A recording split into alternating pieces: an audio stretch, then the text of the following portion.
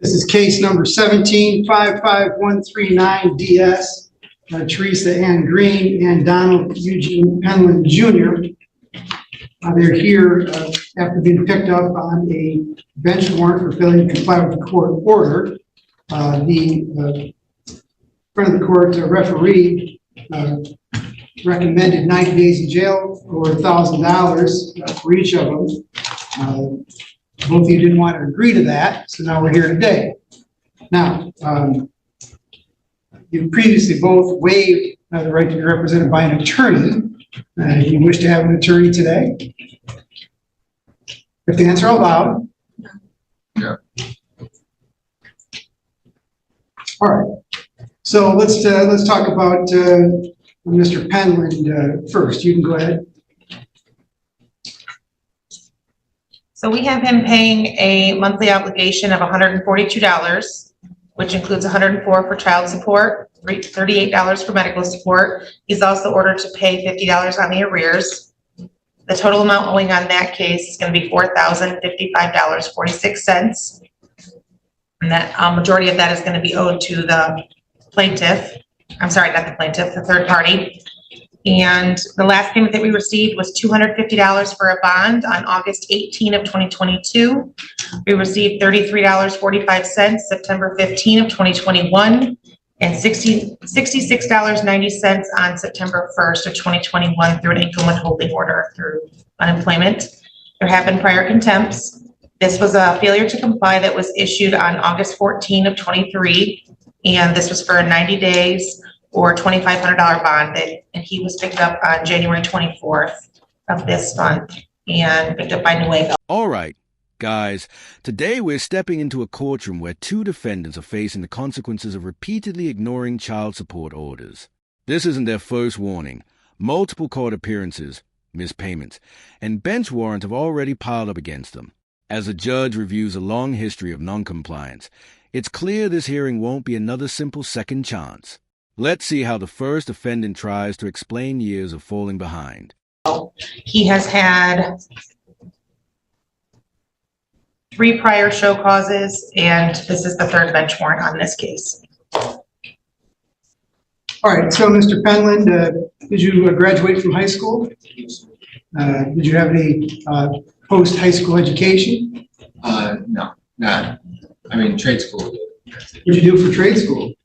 Both. I mean, both. You studied what there? Heavy diesel. Is that? Heavy diesel. Okay. I'm certified in mechanic in automotive mechanic. Okay. Have you worked in that field before? I actually have, because I've worked with my dad pretty much most of my life being a logger. So I haven't actually. Do you have a driver's license? I don't right now. Why not? It's just because I ain't got the court fines paid to get it back. What do you owe court fines for? A different county. I can't even remember what it's for. It's out of Mason County. Do you have any physical disabilities? No, I do not. You're an able-bodied, Yes. ready and willing to work. Yes. Have you been working? No, I haven't. Why not? It's just like, I don't know. My parents have paid for me, kind of paid and helped me out. So it's like, I just don't do it. I need to do it. I want to do it. I'd rather do it than go to jail. I'll tell you that right now. Okay, I want to work. I will work. No, you don't. Yeah, I really do. I'm If you not. wanted to work, you'd be working. I know it seems like that, but I want to work. I want it. I have to do this. I don't want to go to jail. I really do. So can you give me any reason why you shouldn't serve the 90 days that Judge Dykeman already imposed? I mean, this is just kind of a courtesy hearing. It's already been imposed. You didn't do what you're supposed to do. I should just put you in jail for 90 days and forget about you. That's a long time in jail. I could be doing so much more than just. But you're not. You're not doing jack. I haven't had an opportunity to. This is giving me an opportunity to You figure out. haven't had an opportunity to work or do anything? What do you do all day? What do you do all day? We don't have a vehicle. I'm not talking to you. What do you do all day? Right now? Yes. Not a lot. I want to work though. I want to make money. I want to put me in what I'm doing right now. What are you doing now? Nothing. Basically nothing. Yeah. Probably taking drugs. No, not that. Not drugs. Alcohol, drinking all day? I quit drinking 3 years ago and I have not drank since. So basically you had no excuse. Other than just, I was sitting there and I knew I had warrants, so I didn't want to leave, so I just sat at home and just tried not to get in trouble. What's the longest time you spent in jail for not paying your support? I've never been to jail for paying, because they never told me I would, I never knew I'd even go to jail, really. I thought that as long as I could, I just want to find a job and get this paid. I really do. And another thing is that I have to file my taxes from 2 years ago, and that pay I'll have it right there. I actually keep on forgetting to file the taxes for that, because they give you earned income credit ahead of time, and then you file your taxes, you got the second half, which is $2,000. I'd take care of half of it right there as soon as I did that. File the taxes for it. To be the sentence of the court, you serve 45 days in jail or pay $4,055. End of story. Can't go anywhere with that. Please, just help me out. Sir, you know what? It's been a $2,500 bond, it's been $1,000, it's been $500, it's been $250. It doesn't matter. You don't do what you're stop. You don't do what you're supposed to do. Any lower is not going to matter. If your parents really want to take care of you and you want to be a little mama's boy, then they can come in and drop $4,055 on us and they can have their boy back. Otherwise, you're going to do 45 days in jail. Goodbye. Now, the spotlight turns fully to the first defendant, and this is where the pressure really builds. The judge carefully questions him about his education, work experience, and ability to earn a living, only to uncover excuse after excuse instead of real effort. What starts as a routine conversation quickly transforms into a tense confrontation, with the judge refusing to accept empty promises. By the end of this exchange, a tough decision is about to change everything for him.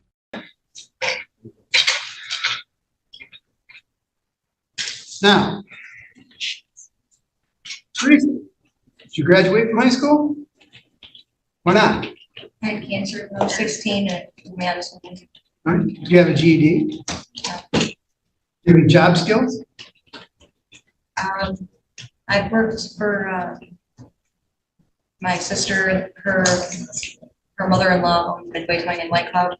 And I worked for her for like the time I was a teen up until my 20s. Me and my friend started with Taco Bell, but I'm guessing I'm going to lose that because I'm supposed to be there Friday. I think they called Taco Bell and they never even heard of it. That's what I was told. But I worked Monday, Tuesday. I didn't work Wednesday and Thursday, and I was supposed to be back Friday. I do give my kids every single weekend. They love to be with us, which that's what's hardest for me right now. Is going without them. 90 days is a long time to not be with them. You don't have any physical issues now that prevent you from working, right? No. You've got skills you worked before, right?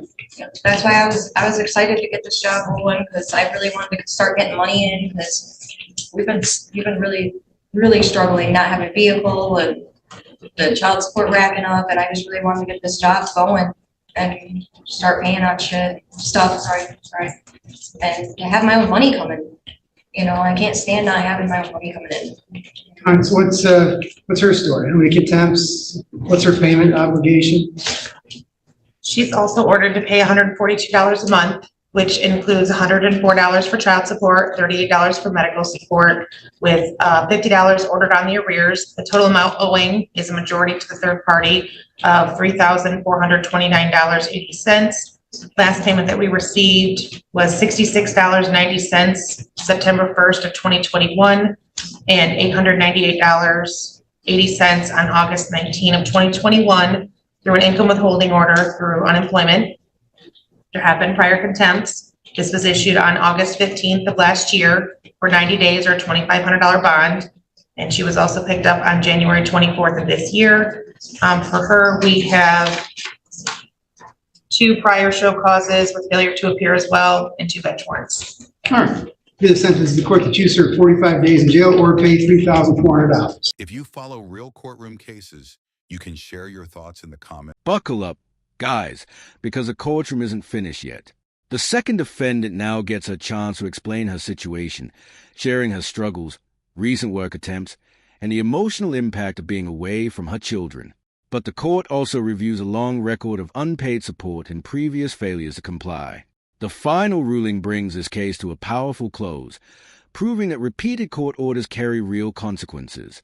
If you enjoyed this courtroom breakdown, don't forget to like the video, subscribe to the channel, and we'll see you in the next video.